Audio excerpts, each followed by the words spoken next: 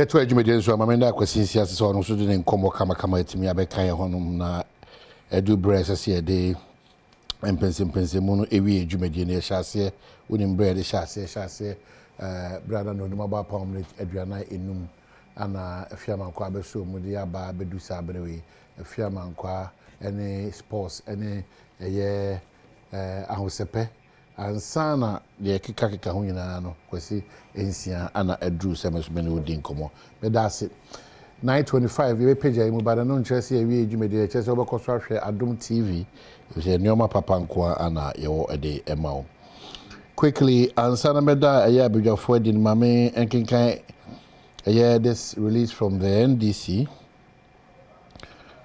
on matters arising from IPAC relative to the 2024 Provisional Voters Register.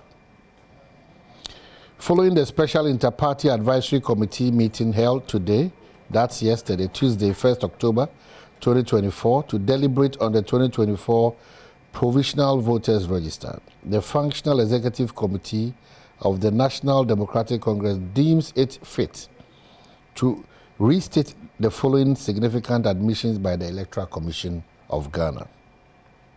1. Illegal transfer of voters due to the lack of a liveliness test technology as occurred in Pusiga and other constituencies. 2. Erroneous addition of previous transfers to the current 2024 list. Presence of corrupted files in the 2024 Provisional Voters Register, which the Commission claims have been rectified and restored. Deleted voters who the Commission wishes to place on a missing voters register, and a vulnerable EC IT system that is susceptible to data manipulation and infiltration from officials and non-officials of the Electoral Commission who have access to log-in credentials. With this background, the Functional Executive Committee of the NDC has deliberated and decided to accept the EC's promise to release to political parties the corrected, updated version of the 2024 Provisional Voters Register for scrutiny within 1 week. FEC further welcomes the decision by the Electoral Commission to re-exhibit the updated Provisional Voters Register. We, however, recommend that the re-exhibition exercise should be conducted online and offline at the exhibition centers. Additionally, the NDC demands a multi-stakeholder and inter-party examination of the IT system of the Electoral Commission with the aim of addressing the vulnerabilities that the EC itself has admitted to, which vulnerabilities led to several of the anomalies we have raised. Clearly, the vulnerabilities in the IT system of the Electoral Commission can be exploited by criminals to compromise the integrity of the December 7, 2024 elections if not addressed. And it's signed Fifi Fiavekwete, General Secretary for the NDC, and also Ordinance Sasha Sakrata. And yeah, we know Lawyer Chum Atenase, he speaks for the NDC, a regular member on the show, Lawyer Akwaba. Good. Adom Bibia Eboko. And our very good friend, a former Deputy Minister for a former Member of Parliament, near the George Odro, Honorable Kwaba. Bibia Kama. The last time I checked, then shoe boo no running meeting. I in sure boo me. Insurance you. I said for just about 1.5 minutes. Insurance you, a goose arrow. Just 1.5 minutes. Oh wow. Oh yes. Business to say before politics. You're a businessman. Yes, yes. Oh yeah. Business environment. Papa. So the business environment is okay. See, Mr. Asheho, food near there. Okay. I'm okay. Dollar no one should show a full year rather. Yes, sometimes. Sometimes say, on say impulse. fertilizer ne weedy side ne ade. Say you part of farming now. You also so kakra. Nti ediana mo ye fa wa se kuafo. Say onum say kuani de ontimi nka hwe. Enam santina afiwe. So on koko bo be aba ekura godu. De be ma wo no. Say u ton koko one bag. With him grade as share one room or crash and transfer. A bag of cocoa. Of course. The bag of cocoa says 3,000. 2 persons share one room. And the 3,000 bags, CDs, a bit more cement. Makumako 33. Cement so one bag be one bag. Ultra blocks. Ultra blocks 30. The one room there you are capable. Yes. One room will not far 400 blocks. Because you will feel type on you. That's what the enemy. One room be now the roofing sheet. And the cement one bag will give you 33 bags of cement. That's what I say. The 10 bags, the more blocks, 300. 20 bags, the more blocks, 600. That's what I say. It will give 400. All the 15 bags, you trust cement blocks 400. Say 1,005. So you think the farmer is better off now in terms of pricing? Farmer, it depends on your crop. You can't cocoa as a cocoa na make. Yes. And I'm saying cocoa no. Yes. Now there is better off. Now is better off. But as compared to Unyanam suggested that you could have done better by topping up. Like how to how much? To how much? Oh, I would say Cocoa Federation, one more law governing the pricing of cocoa. Meaning, so you are aware of that. Untimi sorry, make any booby a wow pay. The answer of Benum say cocoa moves on betrase pricing. A quafono can cocoa board can exporters import in an amount number the price number.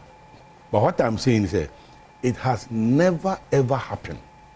Say cocoa bag, sika. With him there to cement 33 bags before a bar bem now cement cocoa bag who's getting me to cement 13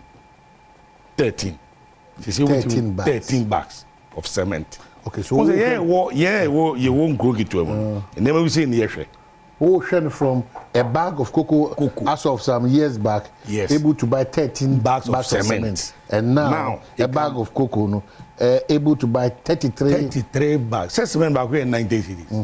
Now put that 3,000 and I'm telling you, say 400 blocks, it means you share one room. Yeah, the NB, yeah, would the NB, would the NB, Mr. Say, baby, I was sharing, baby, I share different. Yeah, no. 400 blocks, it means you share one room. And 20 bags can give you 2 rooms. I see. So, we are farmer now, no cocoa farmer now, no. What trust in your assessment now? You should be better off as compared to where we came from. A very simple. Yeah. So, say as someone make me boy out there 3,000. Who toss cement a better say? And it's a fact. Say one bag, it will try 10 blocks, 30 blocks of cement, blocks. One bag, it try 30. And I'm a boy. Correct. Okay, so who try 6 inches, it will try 25. Who try 5 inches, it will try 30. Yeah, who is there? Me and me feature baby cry. Me say me here one room or what? Very simple. I see. So, what's up back to pick up your seat? Is that the case? Yes, yes. O message when at the moment. Message I'm no say. Me de me come and me come echi. Dear me here no. Na me wo as MP no. Se say nyame ado be say wo MP. Ono so aye na afamu de. Njo mo hwe de me here. Any the MP it so here. No mo hwe so fanto aba. But we are very simple. Sure of that. If they compare, Nyoma Owaye, the current MP now. Yes. They say the only man you be a cost. You're born. Or say, ne papa ni abem. But what is our for that? But that is the case. Good. So, pram. Meaning pram. So, you know, 111 cost. A cost. No, papa wa abem. Answer me. Ne papa wa abem. And I can tell you, say, former MP now, me contest here now, in fact, we lose here, me buy. Only need him come out. In fact, for 4 times now, no MP no, or ye more projects done, say now the party government. And I have the list. But you need resources. You need a resource. Okay? MP, you man know too. Before we be MP no, say ka obinya, so obinya. And you say we school na ozu go DMP. And now we adwuma 1 2 be ozu go DMP. There be. You need to get the links in the business entity first. Okay? Say MP NDC wa bema. Obi ti say Suhini ene dan. The Kofi Adams too. Me mate ewo Gimpa. And there is an NDC MP or a lecturer. The NDC wa bema, I can walk to them. Me na me deputy minister. There's this MP Afo or MP war for yes. I mean, we need a recruitment for extension officers. We shampoo Charlie. Now we coffee stand be na mzu o say me ba. Officer boss mati say mo ye recruitment. Unia Bobby Shemu. Now how use was yes. The go for Alice Bell, the buy and film do okay, Martin. Friend Busano. I helped him to networking, social capital. Networking. Busano for my bondy. Friend Busano. Say recruitment while me humiana. Be born and I'm one. You need to have the networking. And I'm be a humano. Common fund, health fund one day. It's how a man you me answer. You the who MP no who be lobby. In fact, the lobby no should be more than the other common fund one. And you need to have the network. And I'm more example say say this will be more. He will be there for that bojo. So bad we are. Matter so in this in. Me na be share. Na point ya rapport no be start you. Any is bad be ma. I can be push me approach no. Be faso. And my more example say me mo abem no. E di sidi ba me boa no. E du ye mpi na won di bi mbo wura ba bia. Na dwuma no ni be ho kire. Se wo ba ni abem. Wo ba ni abem. Ye ni nam ho na ye nto aba na nam ho na uni Land Cruiser. And ne wo Land Cruiser. One of them ma. One of them ma any papa. Na say ya drip machines buy. Then these boys you know machines na ba won say machines drip machines no. Was the government this account for fuel any ade. Na no delay. Machines no sisi won am so yempene. Ye be pesca. To this ye go ma start adwuma. Ansa na government scanaba. And I did. Ye move machine kwa na this for be gya ho etwitwa pictures say enye media na say enye abani there ye nyina there. No problem. Ye nyina ye there. Wo se wo papa ni abem. Tell me number bo abem. Na me papa ka aba ni obinyina wa be dey. Wo se wo papa ni abem. E di me papa ka aba. Obinyina ho. E di say wo na wo de be ye adwuma na wo dia. So asem na wo ka no. Clearly true say wo twantro. Wo papa o wa abem. O tu obuzun so itiaka. Me itiameka. Wo so itianeka. You trying to because of what? Because he had talked about myself, Kwabem, Tini Chauka. Common fund bar. Last me called J.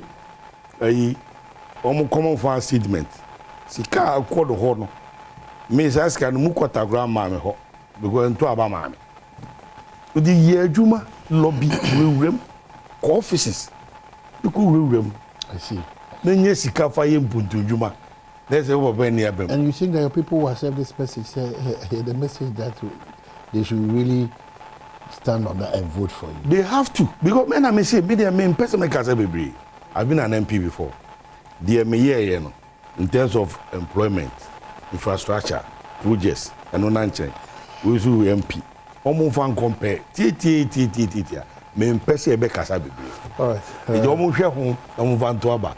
Na me papa ni ho a woni nam ho a woni language ati language e mu no wo papa ni ho na ma me de ma ba obi be ka say me am na me de bisika etiti me akonya na menya na makogina na edi eno na e de no see e to aba ni nyina you about 40,000 would be as well ada na onko na this ye de ama wa edi wudi sika de tetew say me because we aban ma me language e ba ko never tete be o me Where? We are buying me. You're the banner me. Who say? Oh, your man and ma. Who the last? So the only na court. There was a true some and found. Punches and I know. The cracker is out. Also, kind of press are. No, will be no credit. Ever. Where Kwaba? Now, who ye? Never test it. And then don't resemble free day because you're not official. You're very free day. You can't brat to. Party business, Boko. Maybe at the year. Okay. Okay. Remember electoral commission service, but I'm sure no problem. I mean, want to just clarify one or two. Oh, my mini can chairman your penny, and that's all no. The name share that. It's really candy. The Adom fan started. Sanity. And you remember my kind is a new idea. A fiacuna. It's out of feeling the idea of roof. A fiacuna. And Tanya will feel it, the idea of roof. Oh, a fiacuna. Say, we'll feel the idea of roof. And if you come on, and you can say, and I know me in the train, you can. Not me yet, maybe. This meant to me to be 90 bucks. Dango tobacco be 117 Ghana cedis. Me in the year in an hour. My family analysis. Where the amateur and can hire amateur 117 Ghana cedis. Pay 1 bag. 42.5 hours. What is no strike by the price of cocoa 1 bag is the same. That is over 25 bags of cement. 25 bags. Now, sir, we pay the dining one room. Now, after 1 room, a year so. I can't hear we hear any yet, Sabi. Blocks on it. It is a wood one bag is a quarter 25 bags of cement in the year. So, the 25 individual blocks. To what track? 30 no said okay and then so open year percent I can even do that by 25. The other one say if you wire 30 the maximum no. You are going to get about 700 and something pieces of blocks from the 25 bags now to you. We know so we right. Says all said nine is labor cost. Labor no crown ton chain iron rods na so the mad and it me jira na ho so yi na nyana ho de nyina so. And the 129,000 Ghana. Tell me how many bags? If you can, you know, the cocoa won't mean more than 3 bags. And I wouldn't mean more than 2 bags. The big yet is out. It be maximum 2, maximum 3. Be another. Maybe a product of cocoa, there be a cocoa once and then they can because we see any scholarship because in this. Because I'm an animal number 2 much and a cocoa. It's cocoa once and then it's a at least my cocoa for my cocoa, a book of a sort of quality. Minimum no macra. And you know, new crop woman say cocoa farmers are not better off under this government than before. They are not. They are not better off under this government than before. And it may be an area for at the moment. For instance, the fertilizer. It was free. Yeah, the moment. Yeah, news. And then you told me. It may be a year, and I don't mean to cook any big deal. You could never must say last Thursday. I was left there around Saturday very early in the morning. I'm not many family. Was it if at last I know when I hear someone, I open the property to be going to and you know, no cocoa farmer is better off. Who pass out a bread bonnet will be a human to my diabetes. They are not better off under this government than before. But you know, as I'm planning in the company, been 67, 65 or whatever, 66. Thank you very much. This time, you know, as I'm planning, you are hopeful, say, mobile back to power. Oh, me can with remove the council.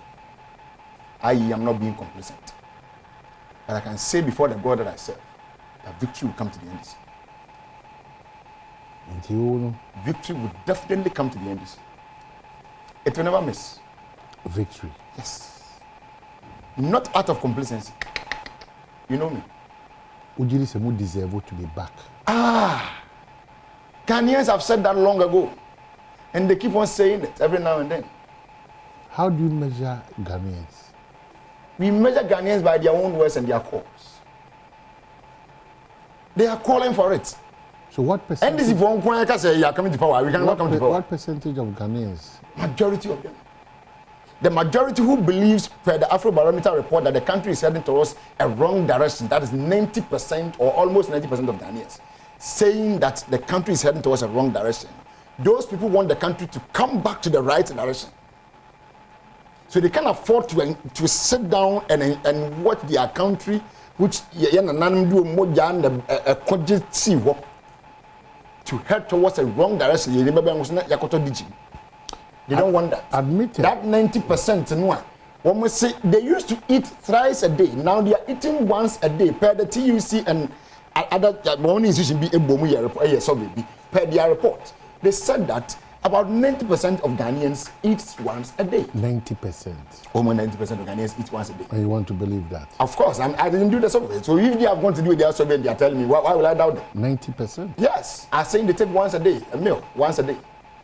Like now, 1 2 grand, 1 3 2 grand. But that's what now I'm 1. 90, say, I didn't say more. If 90% per what you're saying, yes, that's what the report is saying. Exactly. I didn't say because I'm saying, I'm sorry, I'm saying right. Wednesday, right? So Monday, no. Me can say was some. I say, you funny, you know, was I off? Nanado. Oh, was I off? But clearly he will sign off because his term of office is closed. Was I off? Okay. One on the same thing, baby, and assembly. He's not ready to do anything for you again. But that's what most presidents do.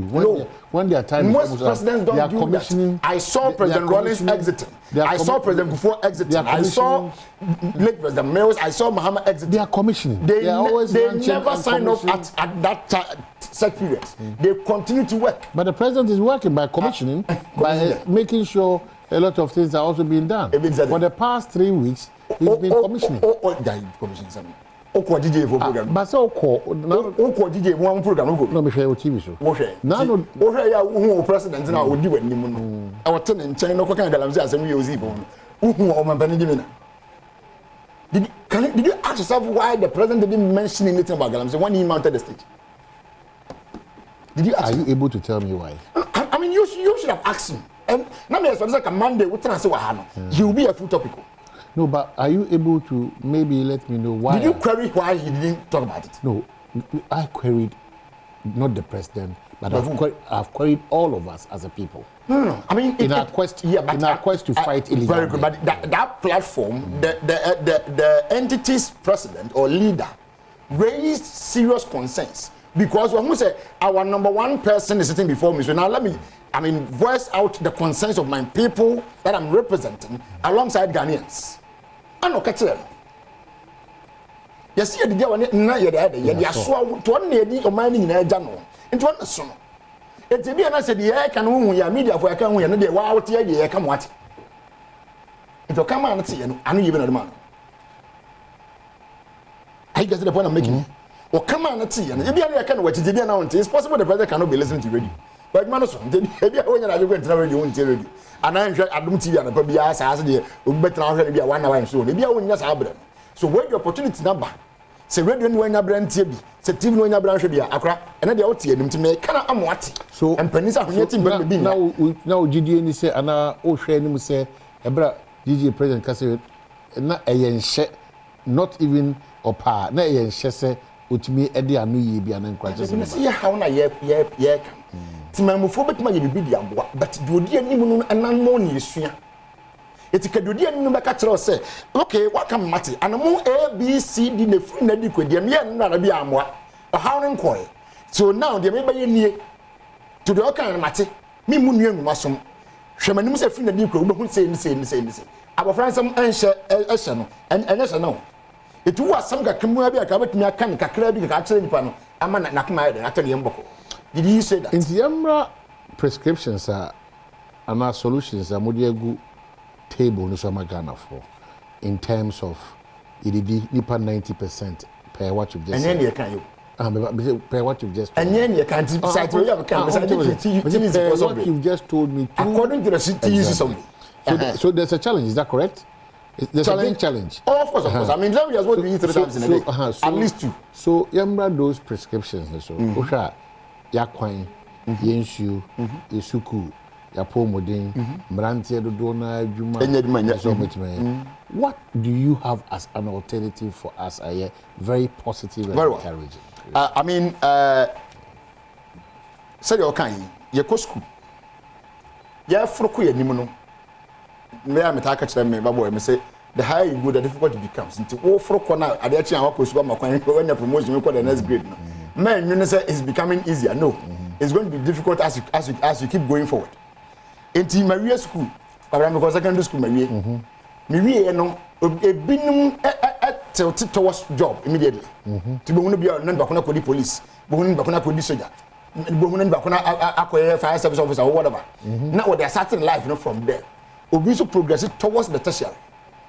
Now, that's what we are saying. The Oria secondary school.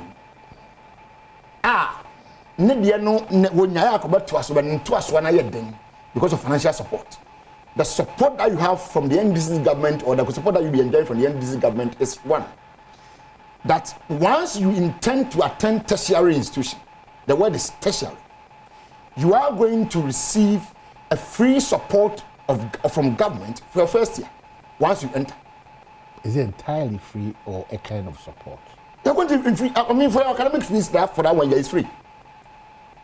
Then you can you budget for some that you know. Now, when you get to second and third year upwards, if the parents have the support to push you on, fair enough. If they don't have, the quarter number saying, I have several mates. I'm not going to school, but one more day student loans and the best school. Your parents don't pay your school fees. What do that level? When take student loan, because we have money every year. So with the support of the student loan plus, that money will be available to pay your fees. But the beer may not school could be the Sabita and Palabon, so I be the emphasis can say walk and some no can say about your office. So once you subscribe to that, what is going to happen is that that money now was subscribed to for your student loan plus for the second and third year person will be used to pay your fees. So the parents who are by say now your fees has been catered for. That is the key thing. That is the only one. I mean, means that can make you enter or be in the school. So on education. So on education. Sorry. And no so as you say how never phone so. So then our phone can now pay attention to support you with your feeding and your body or your lodging. So on education, you have described this economy as a junk economy. Yes. Economy that is almost collapsing. Because of the leadership style. Because of the leadership style. Correct. So what it tells me, if I'm correct, is that we'll share a very huge challenge. Say Ghana for Timor say now Mama and market my first 2 years in terms of my finance. Because Mama who say maybe a journalist is in the you will teach him one, sir. And how do you go about it because of the free you are implementing? Because even with the free SHS, we are still struggling to fine-tune and get the accurate free SHS that we are looking for. How are we going to do yours? Where is the money coming from? Do you now believe in free? Why are you introducing free? And all those things. We have never been against free. Let me respond to your question of where is the money going to come from? You see, one problem that this government didn't tackle, proud to be coming in, was to have thought ahead of time how we were going to finance this policy that we intend to do. You see, when you take John Dramani Mahama, and the man is a spectacular person among all politicians. Maybe people have not paid attention to. Kadia, just one example. John June Konkan say, a very big Ghana person here big infrastructure project. I just want you know about it. It's near IMF in China, Yako the Dutch Bank in China, Yako World Bank, Yako One, Mume Loan, Yako Roads, Yako. His point then was that would this always be the case till infinity or till time ends? The answer should be no. It's your man saying a year. It was June Konkan say young muffle to one to her. Charting Pesicum. Now bring back by a big man, the young Coba Bessian few Cabras and Tintin. And on the Ghana Infrastructure Investment Fund. See, your main charge your boss for 2 to her. A piece of millions of dollars at the Gum. The Naku for the buyer was saying, Miss, when you bring some see hospitals. And the agenda 111. But no mining Nisika. Okay, said Debbie.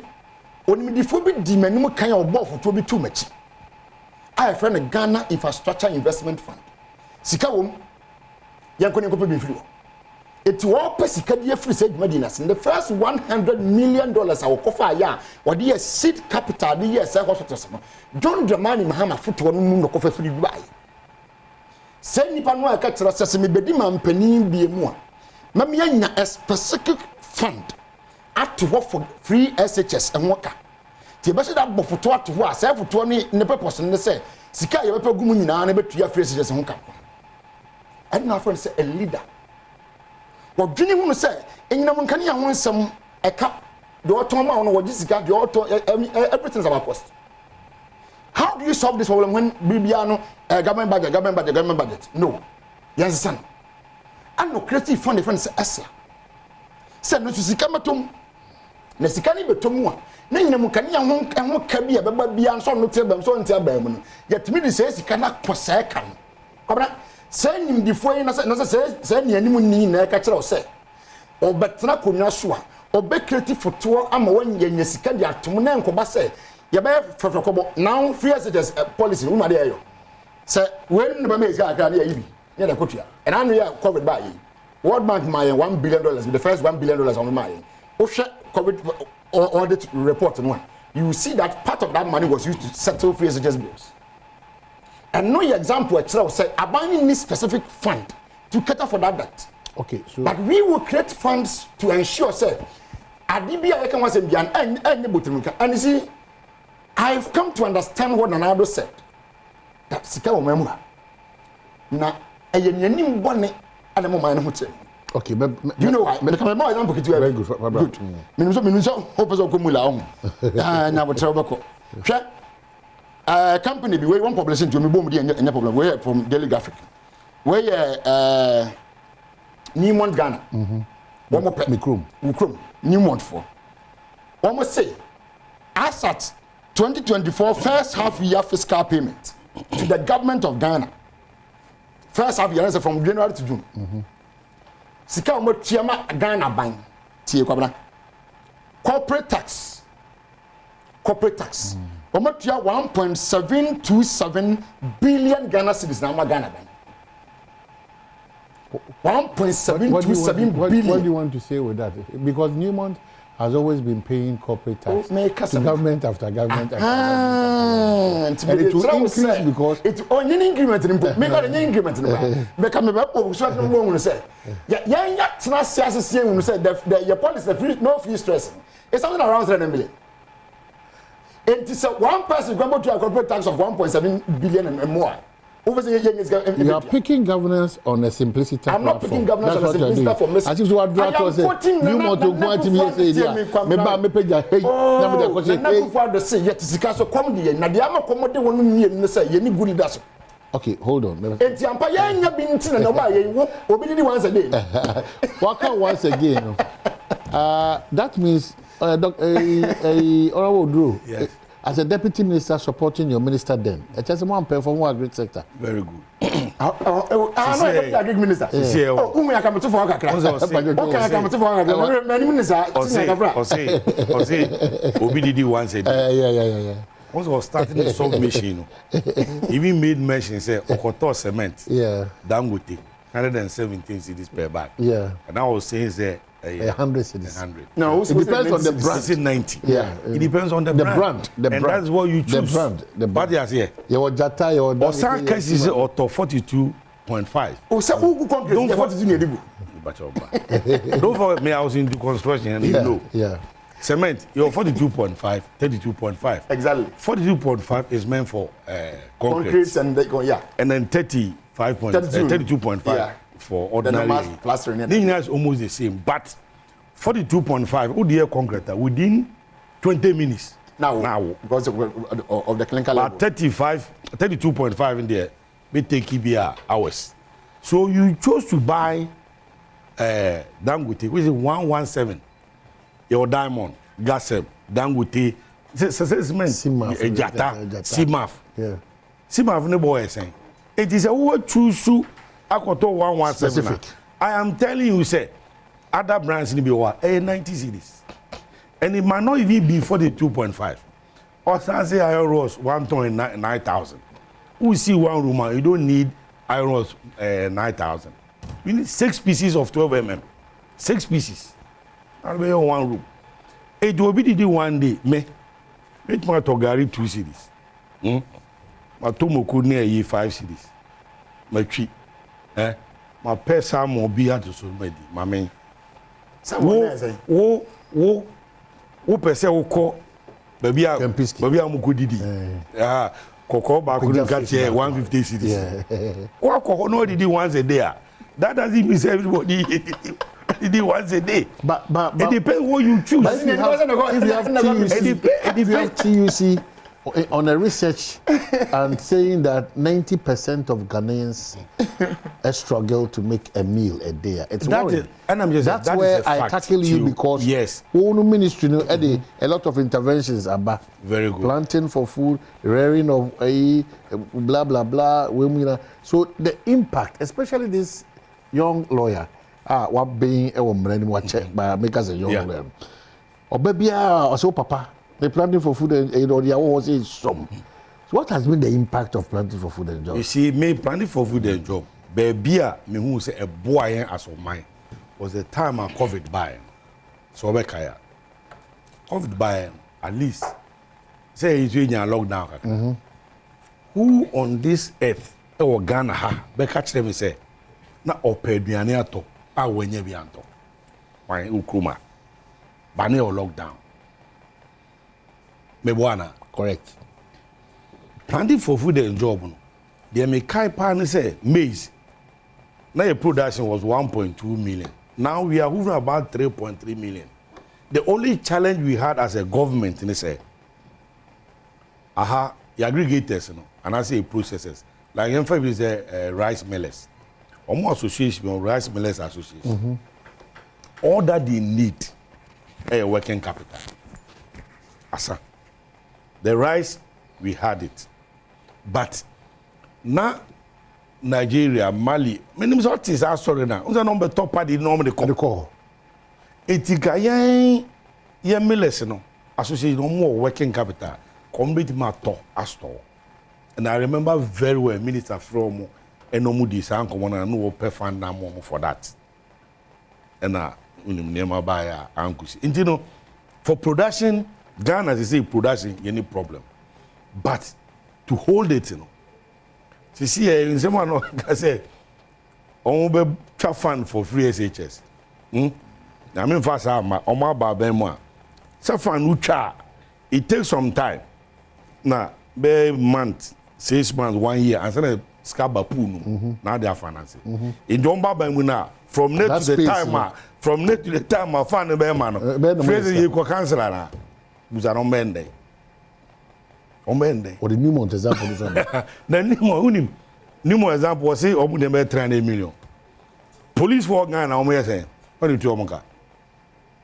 Teacher for say, 102 Omoka. Soldier for say, 102 Omoka. Prison, whatever. Shomu pay no ASN. 1 billion no work for the end sang of we. Intimate 2 groups cracker. Intimate 1 billion zilis. Police, soldier, woman go say. Now because a phrase 300 million in the weapon. Unu baby. The president mama yana or buy and so kaya. The tiny questions be. Or say, won't me for 4 years. And she said on my money. Okay. So cancer. She said dear, Yankupon Bo we are say or no. Na braba wa buini na.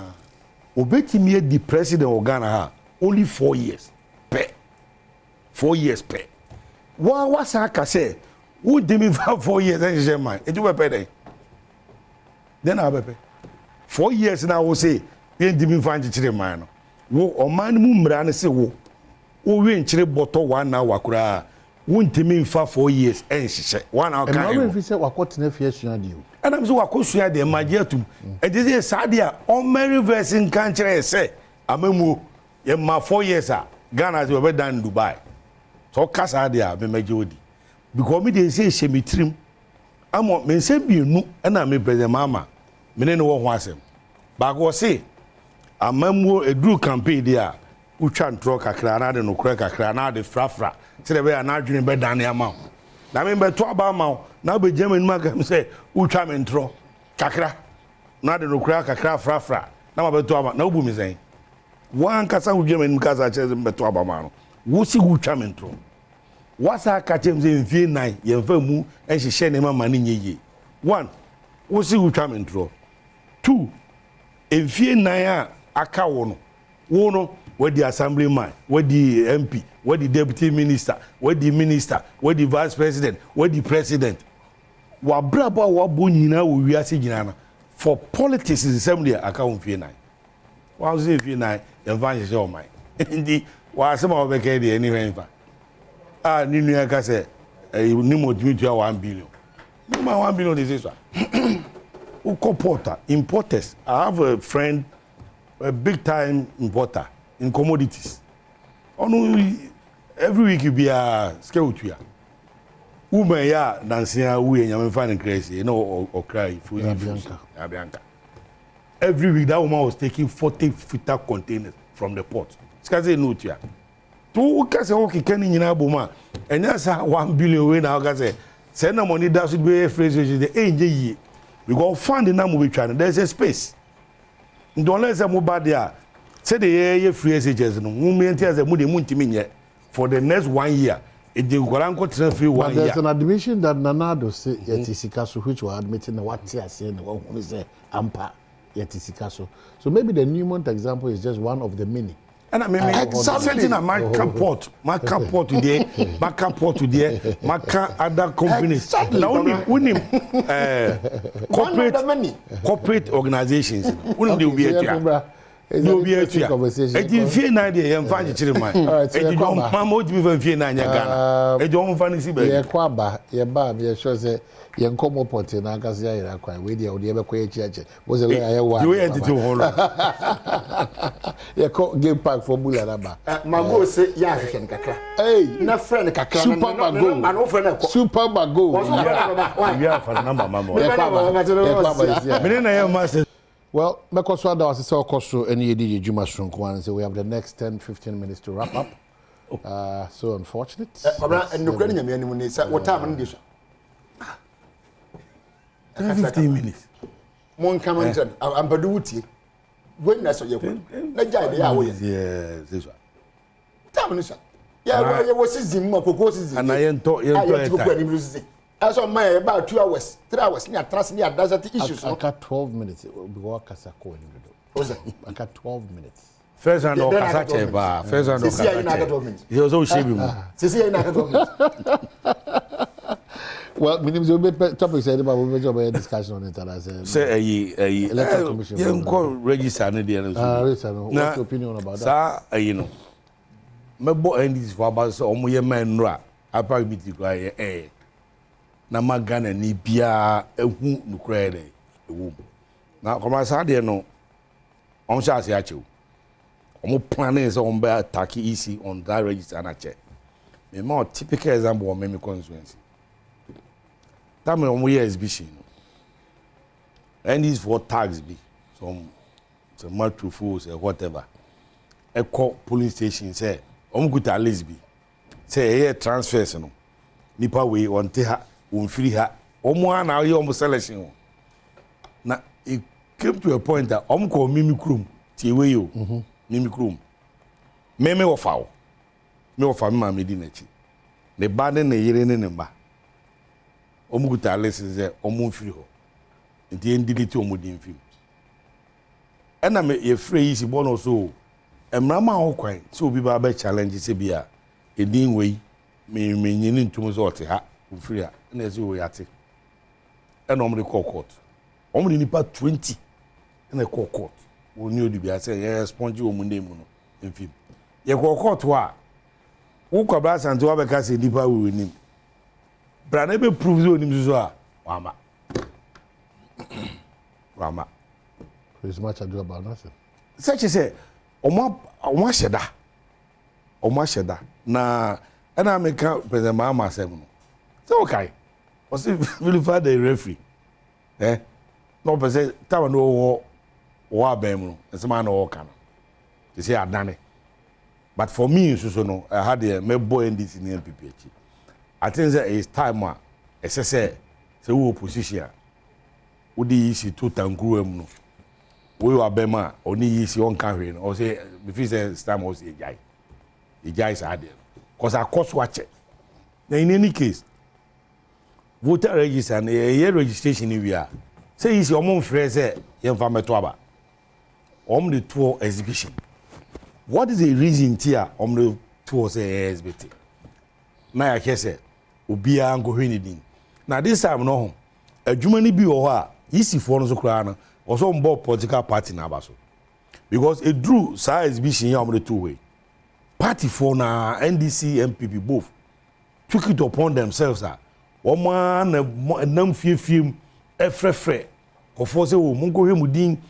me mo ye announcement wo radio so ni ade so ye exhibition obi an go ni din we ke isi adwuma ba parties no interest wo mu no eso na din tin no be to ho ye de be to because from so there e wo ho we na say amitie Bernard Bernard Mona time no Bernard Mona the submission bi o see for almost qualify no wrong because errors no no minor errors are insignificant it is say come dey disqualify no na mistake dey akabrabo I say mo say ba ko no kan asem eti obi ani mo say we adwuma wi a say na e crojin anka easy for no omo nye sa exhibition no and every year bia eba after registration near limited registration the omo ye because ye registration me ka say obi o no over training na aka bia 4 days no nya 18 easy for no reject o bia 4 days pe o mount they no say na o mu ana ya san bie no akotwe odi iwia o type letter grass o di me mistake name no typo errors ne ade obi o beba ne picture na ye oba eso no ye bema obi and date obe na assistant ye de to na wakohwe this year year exhibition no me am kai nipa be say 4 omo ne me kasa ye me free easy boss no so this mistake we dey this is buy office tio mistake di bi o ho officer na o ho na timi correct e o ho no assign call office ebi zo just a wunipa no uko easy office it just a mistakes here say easy for mu fa mamatu but omo no and this for omo no mo abo ma dream pod da o say wo de akwala bia obewu a oni se Roman father botom gra obewu em say nkugo na eba no omo di ka chichiri bibi to omo di nkugo na say kan na monti go ka say easy let's omo de adwodwo omo say de quarter mo fa dance e cheze mo se mo win election numbers minya 20 kwabra unya 22 ade na minya 22 na wo nya 20 years wo no awene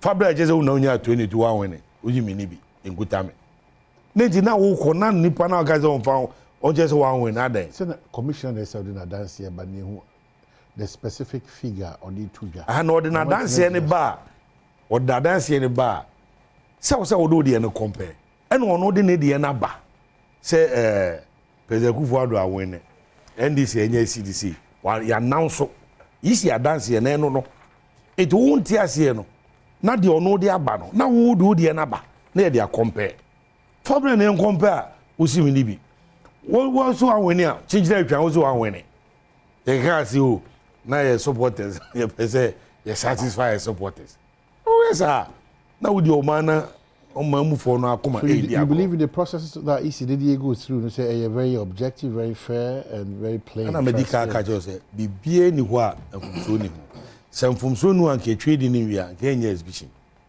That's one. Exhibition ye say be hwe na ye exhibition ni wi so my corrections bebre na me say me personally the only pa bi o mo frame me frame am na o ka say some mistake you o mo kan die e say o mo office and they went there on be corrections now when say o mo ye exhibition some of the corrections in me were this is next send the ba national minim so you aware of data minim say bi mo ko so mo die there to me correction no mo dey aba national for correction national correct no mo dey aba back says we on besa ebiem anameboa yeah correct e besa ebiem ansa na yatoaba it is a gidi e wo efa na me say o ma ya de o mo sumo fidie na to ti nkuguo no ba no mo nyobi de ahye no. Okay, so lawyer, we won't fail you. EC assures.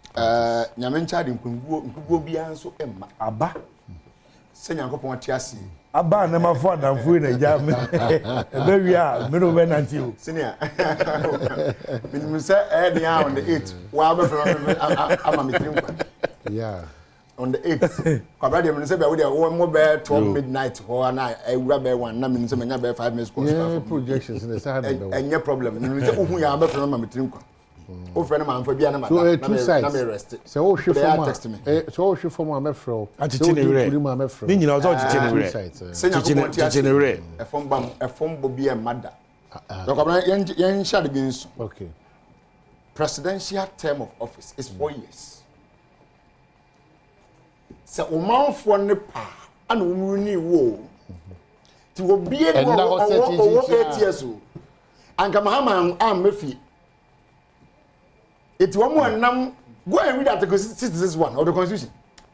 Loud and clear. If you 9. 4 years. Nothing more, nothing less. It's 4. And so any jabai. Okay? It is 4. But and yet John Dramani Mahama Penwaka said 9 imposa. President Foka every try. I don't quite not give him good. Okay, exactly. Why do you think he was saying that? He has served us well. Why do you think he wins that changing cost 7 or 5 or 6? I didn't hear. I was saying, and Peniso Binton Akobiaka. It's and when you are a can, and bonus, but the NTS says a presidential term, Biara, and if you want to. All right. My can say, I'm the Sawotan Bibima, Mr. Having cited Newmont was just 1 out of the millions. Now, the person with the Cassim Maubitia, Saban ka so be pesika de bibia obetnya nyesika de bibia ko opposite dey. So no saban kwa ni institution na se bia me kan se bia nipa permit me to say se bia nipa o so okopa besiam po a. No matter the state area man bia. And then boy ya bra yi nyina ya gba sesai a ye hu ye hu ani. Ye kokokokokoko a dia ye nyum man man kakra am bi. But when you mean that as individuals we can get to a point that you want to access a loan. Yeah, mount that. I don't know because they are fit for that money. So what I say, but I no. So the point I wanted to establish is that no matter the situation that we find ourselves, if government want to raise money, they can raise money. But it's about leadership. So when you're good leader, what me use the limited or the kakana okutan what me use ni ya. Woman apem obesen. Yet we look at how much money this government has wasted. Is it reasonable for you to have bought an ambulance for $80,000? Now, all cost papers are ambulance. Now, what's his papers? No, car back me there $113,000. Does it make sense? And you usually car back me at $200 of bread. This is how this government is wasting our money.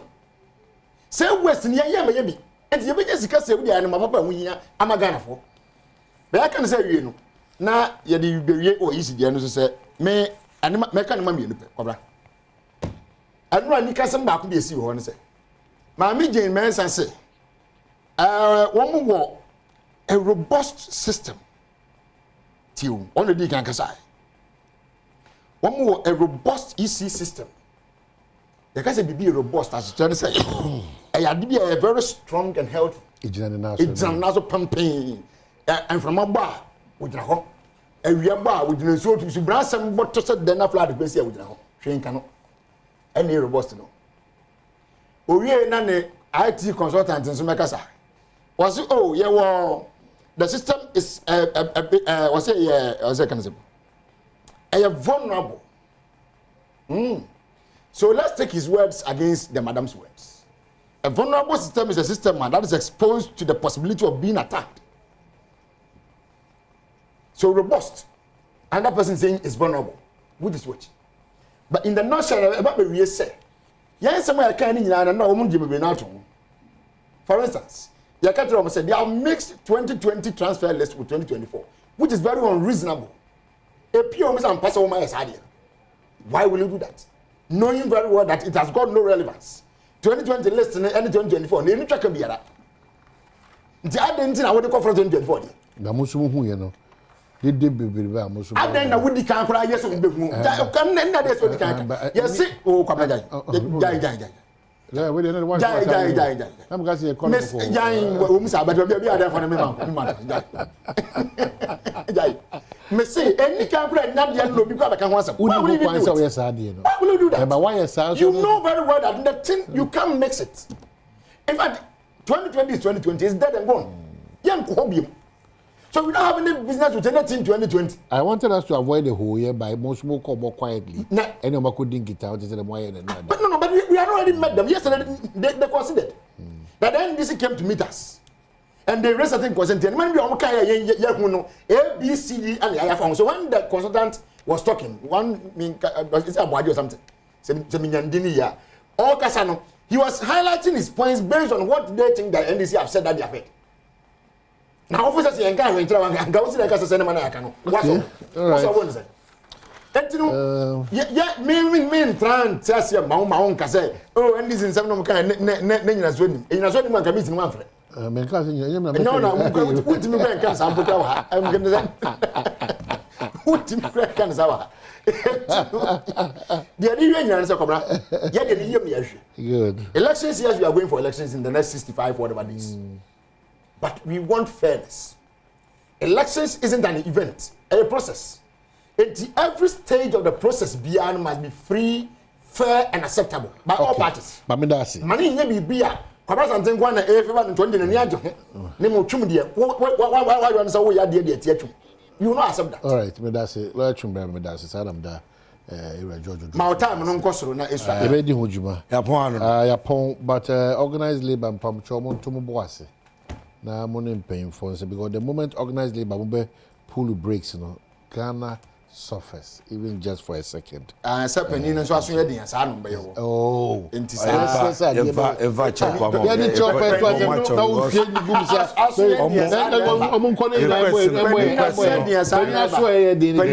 organized